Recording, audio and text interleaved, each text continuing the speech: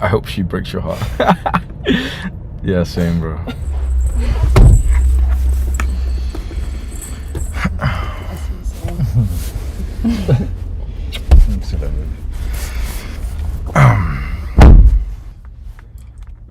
Damn, she got ass, bro. Mashallah, bro. What are they putting in this fucking Starbucks latte these days? I'm trying to find a place that I can put this down. Fuck. Fucking hell, how'd you turn off the indicator on this bitch, bro? Fuck. I just pressed some random ass shit. How do I turn off the indicator on this bitch, bro? How the fuck do you... I need help, boys. Can you see the... both of the indicators are going off and I don't know how to turn them off in this car. No, it's not the hazard thing. Yeah, sweet. You can tell I can't fucking drive. I can drive an automatic, obviously, because it's not very hard, but I can't do it legally. I don't even have a license, bro. Honestly, I sound like a dick, but I've never even needed to drive because I've always had girls who drive for me. So turn the AC. Yeah, how do you turn the AC on in this bitch? That's a good shout, bro. Is the AC really loud? I'll turn it off in a second. Let me just cool down a little bit. I'm like a dog that's been left in a car. It's fucking warm in this bitch, bro. Fuck. Budget ass live stream setup. The internet and the Airbnb is not good enough, so I'm literally just sat in a car park, just live streaming, and I just told the girl that I'm with to like go get a coffee for 2 hours whilst I sit here. Oh, we got better donations coming through. How do I tell my parents I'm not a Muslim? Just don't even tell them, bro. They won't believe you either way. I've said it once or twice to my family, and they don't believe me when I say to them like, oh yeah, I'm not really religious. The jackpot $2.99. Update us on your life. What's happening in my life? I'm in Scotland right now. Just finished up in the gym, doing good, man. So I'm here for a month, just working on this laptop, writing a book. Got like 20,000 words, about 60 pages of a book done. So that'll be done within a few weeks, and we'll have it released maybe a month from now. And it's gonna be fucking sick, bro, boys. Honestly, it's gonna be so fucking good, this book that I'm writing. So that's the big focus I'm on right now. And we're also changing up the channel, so we're not gonna do like, you know, the same daily videos that we're doing right now, and instead I'm going to be doing way more sort of organized guides, which I'm really excited for as well. So many people ask about my ear, and a lot of people have this conspiracy theory that I wear the bathrobe, or I wear like hoodies with the hood up to try and hide my ear, as if I'm like really insecure of it or something. Like, clearly not, bro. I'm not an insecure guy, to be honest. Jet Cops 21 just said, thanks for helping us give brown boys a better name. And that's something we've needed, man. I remember when I was a teenager, and all I'd ever see about brown people was like, you know, Muslims are bad and terrorists and everything. I remember like I actually hated being brown. I thought being brown was like a curse. I thought girls wouldn't ever like me. I thought everyone in like the society nearby thought I was like a dangerous terrorist or some shit. And honestly, for me, it was this singer. Some of you guys might know him. His name is Zayn Malik. I think he was in like One Direction, like this really famous boy band, and now he does like his own music by himself. And he went famous when I was in high school or college or whenever it was. Like, he was on some talent show video, and I remember just like seeing so many girls talk about him, and you know, they were like, oh my god, he's so attractive. And it just hit me, and I was like, oh fuck, like he's a brown guy who's attractive to girls, who's, you know, like a good standing member of society or something. And something just clicked in my brain, and I was like, yeah, like I've been using brown as an excuse, like my skin color as an excuse. I was so convinced for most of my young adult life that I couldn't get girls because I was brown skinned. And now I see the same thing. I literally just see the same thing with a bunch of young guys who are black, who are brown, who are short, and they always just say to themselves, it's this circumstance which means that they're going to be lonely forever. And my response to that is always to ask them, is there someone with the same circumstance as you who has the result or the thing that you want in life? Is there a black guy who can get girls? Yes. So you can too. Is there a brown guy who can get girls? Yes, so you can too. Is there short guys who get girls? Yes, so you can too. So it was never this particular circumstance in which we use as an excuse, and no one wants to really be told that they're using an excuse. But it is. It's never the particular circumstance, because someone else has the same circumstance as you. Someone else is from India. Someone else has got the exact same family, like, you know, the same family, toxic, abusive dynamic that you do, and they've achieved a massive level of success. So it isn't the circumstance. It's just that you're a lazy motherfucker. If you can sit there and actually feel a level of like hatred for that and be like, oh fuck, he's right. You know, all this time I thought I was supposed to be like broke because people in India just don't make as much money. Is there some rich guy in India? Yes. So he has the same circumstances as you, but he has not used it as an excuse. Persian Productions, $14.99. Hey bro, I'm in such a lazy rut at the moment, but watching you and all the influx of strong men has gotten me into a good process. I'll see you at the top, Hamza. Love from Brisbane, Australia. Thank you for that, bro. You're in a lazy rut at the moment. It happens, man. It happens. I found that when I was first on self-improvement, I was in one of those ruts a couple times a week. I was mainly in the rut, and every now and then I'd end up having some kind of positive experience, but then I'd, like, my baseline, like, you know, in a game, your base attack, my base attack was being in like a lazy, procrastinated rut. And I found that as you stay on self-improvement for longer and longer and longer, it kind of starts swaying on the other side, where eventually it gets to like 50% split between just being a lazy guy, having lazy days throughout the week, and also 50% of like being productive. And now it's like far more on the other side for me, where I'm in such a good mood, good productive energy, where every now and then the weird thing for me is a bit of like laziness. And even then it's like I couldn't even describe myself as lazy anymore, because my laziest days is literally just I'll read for 6 hours.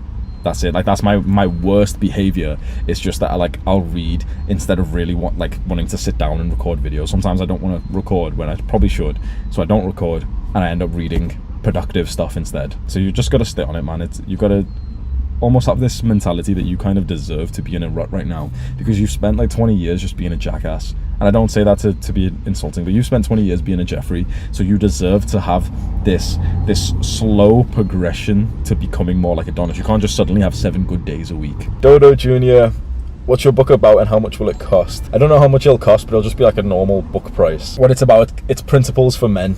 So right now I've not finished it, but let's say the title will be something like 37 principles for men. Principles, rules for life that I think you should follow. Tristan Kubas, $10 Canadian.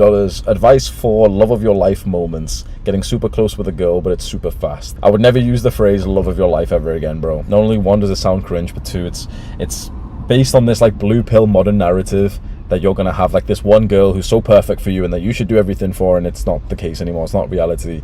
You're gonna have plenty of loves of your life. You're gonna meet plenty of the ones. So if you have this mindset right now, chances are you're emotionally investing too much into it. And I don't want to sound negative, because like, okay, what you found is beautiful, and I'm so happy for you in that sense, but I just want you to be a little bit more rational, because that's what she's attracted to you for anyway. She's attracted to you for your masculinity, and right now you're not being masculine if you're calling her the love of your life and you're like being very emotionally invested into her. You could have asked any question at all, and it could have been about your purpose, it could have been about your mission, it could have been about your goals, but you've asked based on relationship and love, which shows you're more in your feminine energy. So that's the advice I would give you, is stay masculine, stay focused on a big mission, stay focused on your goals, wake up and think about your goals all day, and at like 7 p.m. then start thinking about her. Hamza, even after knowing what to do, like all the productive things, I'm still not being able to keep them up after making a routine.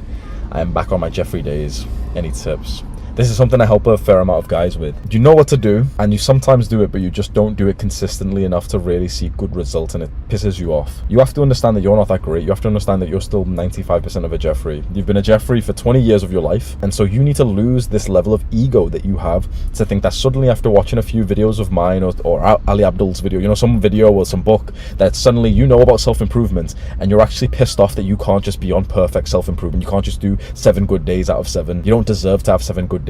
You've been a piece of shit for 20 years of your life. So if you're 90% of a piece of shit for this week, that's progress. If you're 90% of a Jeffrey this week, that's progress. If you have 6.5 bad days out of 7 this week, that's progress. Next week, make that into 6 bad days. A month from now, make that into 4 bad days per week. 6 months from now, make that into 2 bad days per week. 2 years from now, make that into 0 bad days per week. A lot of you young guys have this huge fucking ego and this like just a level of not really knowing how these things work. You hear about NoFap and you suddenly just expect it to be perfect on NoFap, and you get kind of pissed off and you relapse. Like, no, fuck you. You've had a porn addiction for like 10 years, bro. What the fuck? Why are you expecting it to be perfect straight away, man? You're supposed to still fap like 6 times a week when you find it. You're supposed to relapse 6 times a week. And then a month from now, then maybe it's 5 times a week, then 6 months from now maybe it's 4 times a week that you relapse. I found nofap maybe 7 years ago, and it took me around 2, 3, 4, 5 years. It took me 5 years to get to the point where you want to get to, in terms of, yeah, I just don't fap anymore, I don't watch porn, I don't masturbate, I just don't do that at all. It took me 5 years to get to that point, but I was so mentally just fucked up because I thought that it was supposed to be perfect right away. I found nofap and I was like, oh, like I keep relapsing after 3 days. I want to go back and tell that version of little Hamza and just be like, bro, what the fuck, you like, you just went 3 days without jacking off. That's progress. Why aren't you happy about it? Because you've got this messed up perception thinking that you can just get to 7 days out of 7 instantly. No, fuck you. It takes time, man. It takes time. You've got to pay your dues. You lived like a Jeffrey for so long, so you still have to live partly like a Jeffrey now. You have to be okay with having a couple of good days per week. Arjun Goel super chatted 100 Indian rupees. Girls avoid guys in my class mostly. One guy gets most of the female attention. How do I make friends with girls without weirding them out? Your question's all fucked, bro. Your question's way fucked up. You don't want to be friends with them. This is why you're weirding them out. Like, boys, listen up. If you're a young guy especially, I'm going to re-say this guy's question. If you're a young man, especially if you're in school, you need to listen to this, because this is how, like, this is advice to get girls that's brutally fucking honest that no one's ever told you. Arjun Goel asked, girls avoid guys in my class mostly. One guy gets most of the female attention. How do I make friends with girls without weirding them out? So this guy has asked, how do I make friends with girls without weirding them out? Because most of the girls in my class avoid the guys there because they find them weird. You're one of the weird guys. You know why? You don't want to be friends with them. If you were totally honest right now, if you weren't a pussy, if you weren't a coward, and you just totally admitted it with full honesty, you don't want to be friends with them. You want to fuck, don't you? Arjun Goel, you want to fuck. The fact that you're lying about this, not only to them, because you go up to these girls in this creepy ass way where you're trying to be friendly but they can tell that you're trying to fuck, but you're lying to us as well. You don't want to be friends with them, bro. You want to learn how to actually pull them, you want to learn how to attract them, but it becomes weird and cringe and awkward.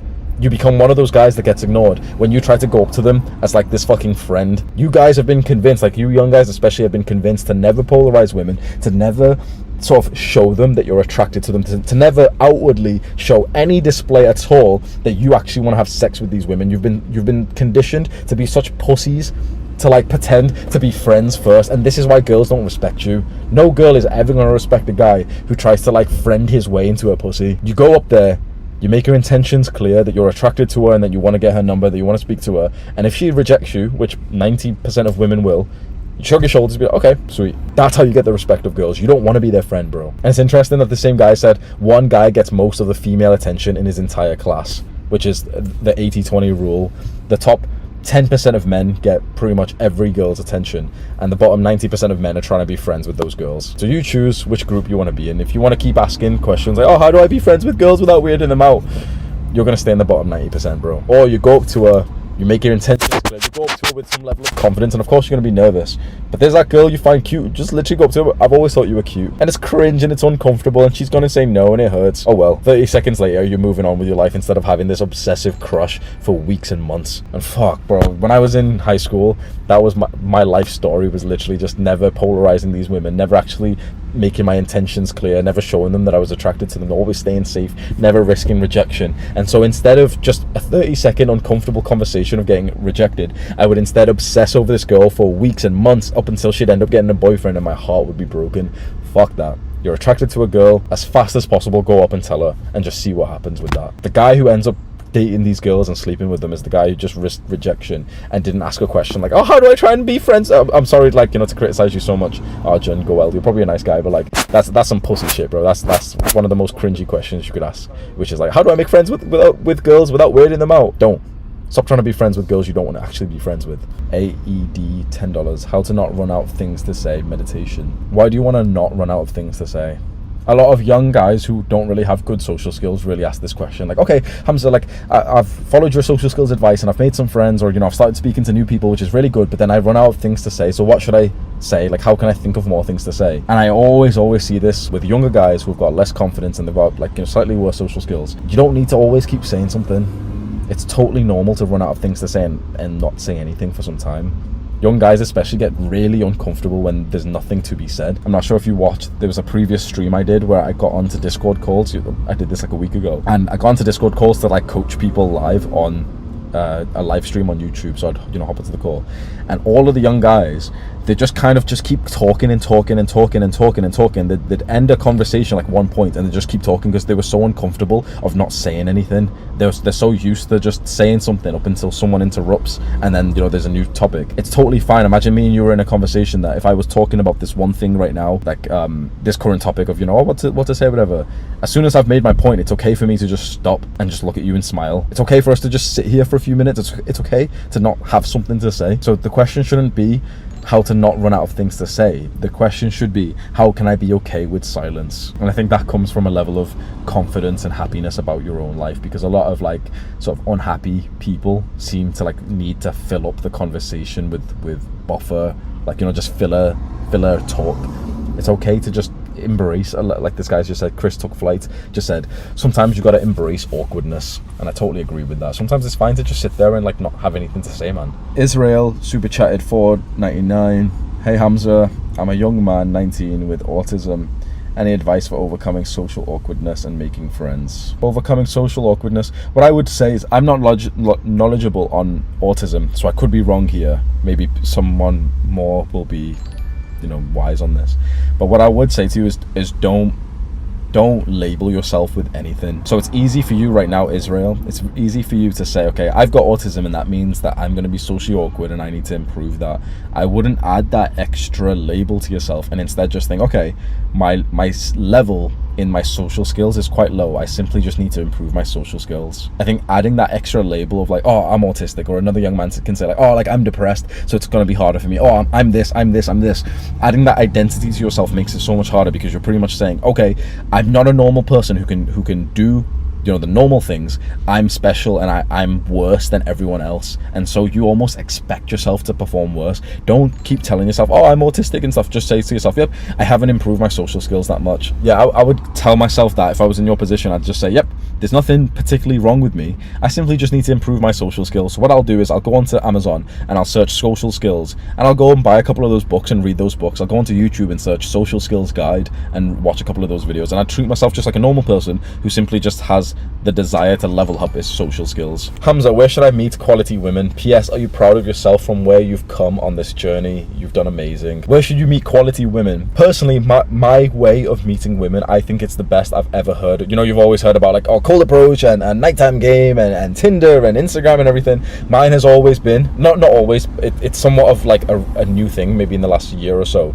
I started watching this YouTuber called First Man, 1STMAN, First Man, and he said a phrase that really stuck into me. He said, don't chase what you want, don't chase women, don't go out there. And he specifically was saying in a very practical way. He said, such a practical guy, he was like, if you leave your house like going to search for women, or if you go onto Instagram going to search for women, you'll spend like 5 hours a week. He said, instead of doing that so practically, he was like, just keep improving yourself till you get to the point where it's fucking easy, where like just on your normal day-to-day life you get girls. In my normal day-to-day life, I actually get such a good level of attraction from girls now that makes it easy to have like an abundance of options. So you know what's really interesting? By asking this question, obviously you're watching self-improvement content, so chances are you're not just there just yet. But by asking this question, like, where should I meet girls, it shows that you don't really understand, because you don't need to meet women in a particular area. You just need to be a particular level of man, and then you will meet women everywhere. If you are absolutely by far the best man, for example, I'm in a shopping center right now, right? If I'm the best man here, but I'm also like very physically attractive, then here is the right place to meet women. But if I wasn't attractive, then this wouldn't be the right place to meet women. Do you get what I mean? So it's like, it's not about the actual location. People, like, it would get me so many more views if the top 7 places to meet women. Number 1, the gym. Number 2, a coffee shop. Shut up, bro. Those videos would get so many views. The truth is, it doesn't matter where you meet her. It just matters what level of man you are. In terms of just physical attractiveness, if you're a physically attractive, tall, attractive kind of guy, good style, then yeah, be outside in public more often. If you have, for example, a very good personality, if you can build a success online on social media and stuff, then potentially attract women through there. So there's a lot of like my female fans who are attracted to me because of like the personality I display and the attractiveness and like the pre-selection, because they've seen me date other girls and everything. And so when I did used to have an Instagram, a lot of you guys might not believe it, but when I had an Instagram, I would have girls coming on to me hard on Instagram, sending me DMs at least 2, 3, 4 per week of girls sending me the exact same message of like, oh hey Hamza, you know, I know your videos are for guys, but I'm a girl and I really like your videos. Oh, you know, and I remember at the start of this year, I dated the first like fan of mine, and you know, I was somewhat like a bit, I don't know how many of you would say like, oh, it's wrong or if it's right or something. I was a bit like uncertain about it, and this hot girl at the start of this year literally sent me 3 messages. It was in my message request saying, hey Hamza, love your videos, let's go on a date, it'll be worth your time. Imagine a girl, like a very, very attractive girl, sending you those messages, and dead ass, and I'm like, you probably won't believe this shit, bro. She traveled 3 hours, got to the city that I told her to meet me in an extra 3-4 hours early so that she could get ready. She booked the hotel, booked the I booked the bar that we were going to go to, met her there. She's wearing a fucking nice ass dress, she's sexy as fuck. Go back to the hotel, she's paid for the hotel and everything just to have like a night with me. So it's not about the location, you know, this autistic advice of like, oh yeah, well, go to a coffee shop or go to the gym and find girls in the gym. It's not about that. It's become a level of man where girls are just interested in you, and then it becomes fairly easy. I was just in the gym then, and this guy who works in the gym, but he looks like a Giga Chad version of the TikTok, you know, the TikTok boys with like curtains for the hair, like long hair and like abs and everything. He looked like that kind of style. And I shit you not, bro, a pretty attractive girl approached him. I saw her looking kind of nervous, like anxiously looking towards him. She takes her earphones off with almost like a sense of confidence, walks towards him and approaches him, and he just seems so bored by her. It's not about the location, it's just what level of man are you. Sweet, I'm gonna end it off there boys. I need some water. I've rinsed through all the bottles we have in here. This is nice, isn't it? I'm able to stream from the car now, because I can't stream from the Airbnb I'm staying in. The internet's very bad, and even my phone data is too slow there because it's like out in the wild. But I appreciate you all coming in for the stream. We've got like 2,000 people watching right now, mashallah. Sweet boys, I'm heading off. Take care everyone.